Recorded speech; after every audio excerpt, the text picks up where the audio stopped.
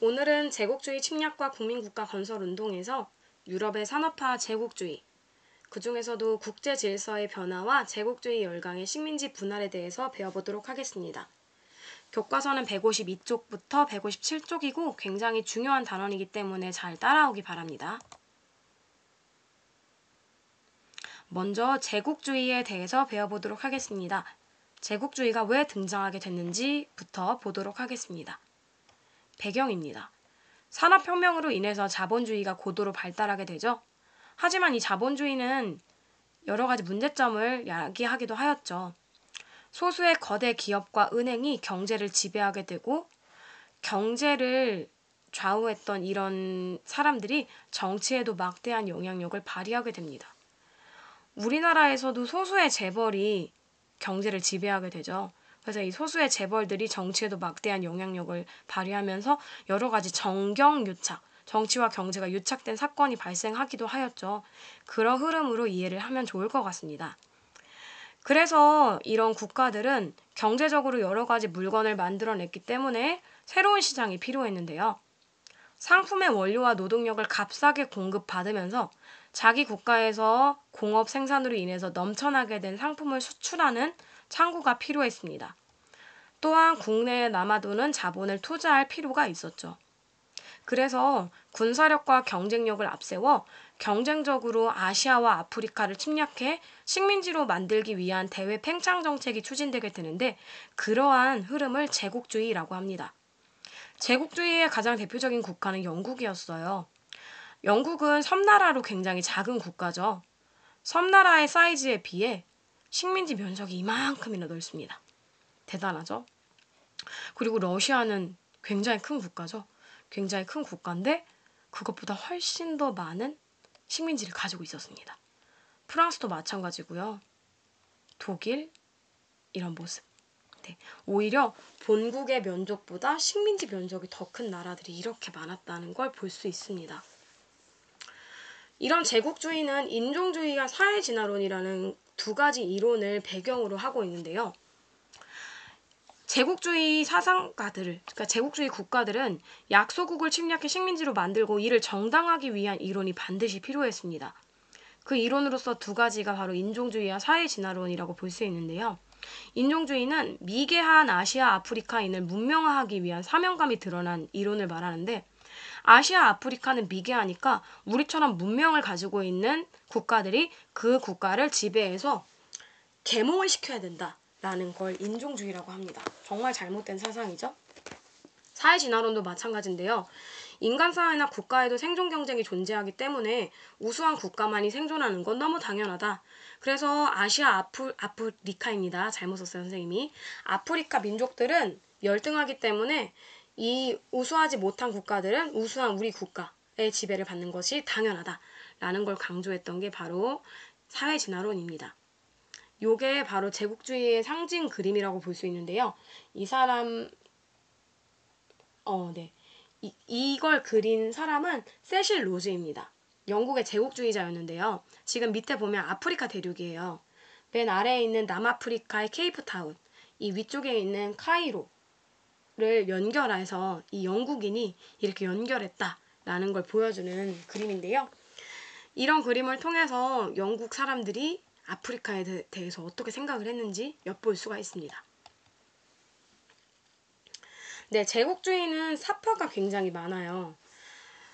제국주의 이렇게 지금 문명화된 것들을 위해서 이렇게 우리가 이 백인들이 미개한 아시아 사람과 아프리카 사람들을 등에 업고 우리가 이렇게 문명화라는 그 산 꼭대기에 있는 이 문명화라는 그 상을 위해서 쫓아간다. 힘들게 이렇게 짐을 들고 간다라는 걸 표현한 건데요. 이 그림의 제목이 바로 백인의 짐입니다. 정말 황당하죠? 영국과 미국을 상징하는 인물들이 식민지인들을 짊어지고 산 정상의 문명을 향해 오르고 있다라는 걸 표현한 그림인데요. 과연 아시아나 아프리카 사람들이 열등했을까라는 생각을 해보면 이 그림이 잘못됐다라는 걸 알 수가 있습니다. 이 시기에 사실 청나라는 굉장히 엄청난 문명을 가지고 있었던 국가였거든요. 여러분들이 이전 시간에 배워서 알죠. 그리고 요거는 계약식 날이라는 그림인데요. 교사로 그려진 미국의 상징 엉클샘, 창문을 닫고 있는 흑인, 구석에서 책을 거꾸로 든다. 그러니까 거꾸로 든다라는 건 뭘 배우지 못해서 멍청하다라는 걸 의미하겠죠. 거꾸로 들고 있어요. 인디언은. 이렇게 인디언을 열등하게 표현하고 있는 거죠. 그리고 미국의 식민지들, 필리핀, 하와이, 푸에르토리코, 쿠바, 여기 사람들 이렇게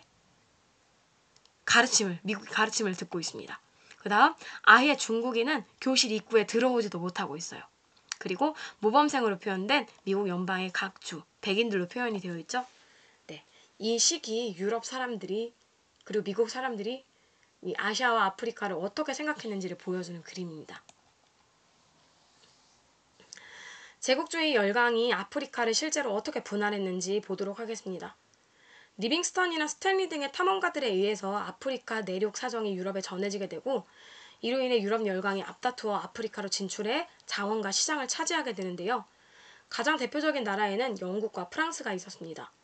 먼저 영국은 종단 정책을 추진하게 되는데요.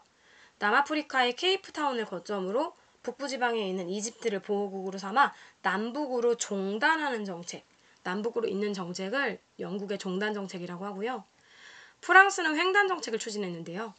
왼쪽 좌측에 있는 알제리, 왼쪽 좌측은 같은 말이죠. 왼쪽 상단에 있는 알제리를 시작으로 오른쪽 하단에 있는 마다가스카르 섬, 요게 바로 마다가스카르 섬이거든요.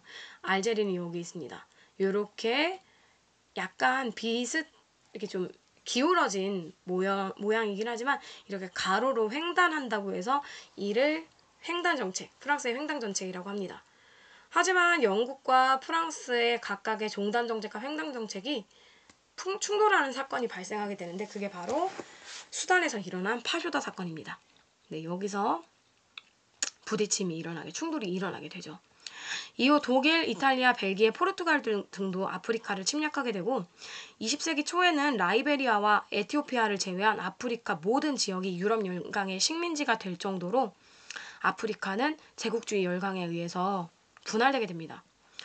여러분 아프리카 대륙을 한번 본 적이 있으면 국경선의 모습을 보고 좀 특이하다는 생각을 했던 경우가 있었을 거예요. 여기도 부분적으로 드러나는데 국경선이 굉장히 직선이죠. 네, 이 직선으로 국경선이 만들어지게 된 이유는 제국주의 열강들이 자신들의 입맛에 맞게 그냥 줄 그어서 여기 내 땅 할게 이렇게 땅 따먹기 식으로 제국주의 열강들이 식민지를 분할했기 때문입니다. 네, 그래서 이런 직선 위주의 그런 아프리카의 분할은 아프리카 내부의 종교나 민족의 그런 정체성을 고려하지 않은 것이기 때문에 오늘날의 아프리카의 심각한 내전 문제를 야기하고 있는 그 원인이기도 합니다. 결국엔 유럽인들 때문에 아프리카가 아직까지도 정치적으로 불안하고 전쟁이 일어나서 여러 가지 시민들이 피해를 받는 상황으로 연결된다고 볼 수가 있겠습니다. 그리고 요거는 어떤 그림이냐면 콩고를 착취하는 벨기에의 왕을 뱀으로 풍자한 그림인데요. 콩고는 벨기에의 식민 통치를 받았습니다. 그런데 벨기에가 초콜릿으로 유명하죠. 벨기에의 굉장히 유명한 초콜릿 회사, 아마 3대 초콜릿 회사가 다 벨기에 2개인가가 벨기에에 있을 정도예요. 뭐 노이하우스, 고디바 정도가 생각이 나네요. 근데 벨기에가 그렇게 초콜릿 강국이 될 수 있었던 건 아프리카에서 카카오를 착취했기 때문인데요. 아프리카에서 벨기에는 카카오뿐만이 아니라 여러 가지 고무도 착취를 하게 되는데요. 그 지우개 만드는 고무는 여러분 산업화에서 굉장히 필수적인 원료입니다. 여러 가지 기계를 돌릴 때 패킹으로 반드시 고무가 들어가서 이렇게 좀 마감 처리를 해줘야 안정적인 공업 발전이 이루어질 수 있는데요. 그 고무와 카카오를 착취하는 과정에서 벨기에 왕이 정말 잔혹했고 그 원하는 생산량을 충족시키지 않으면 손을 잘랐습니다.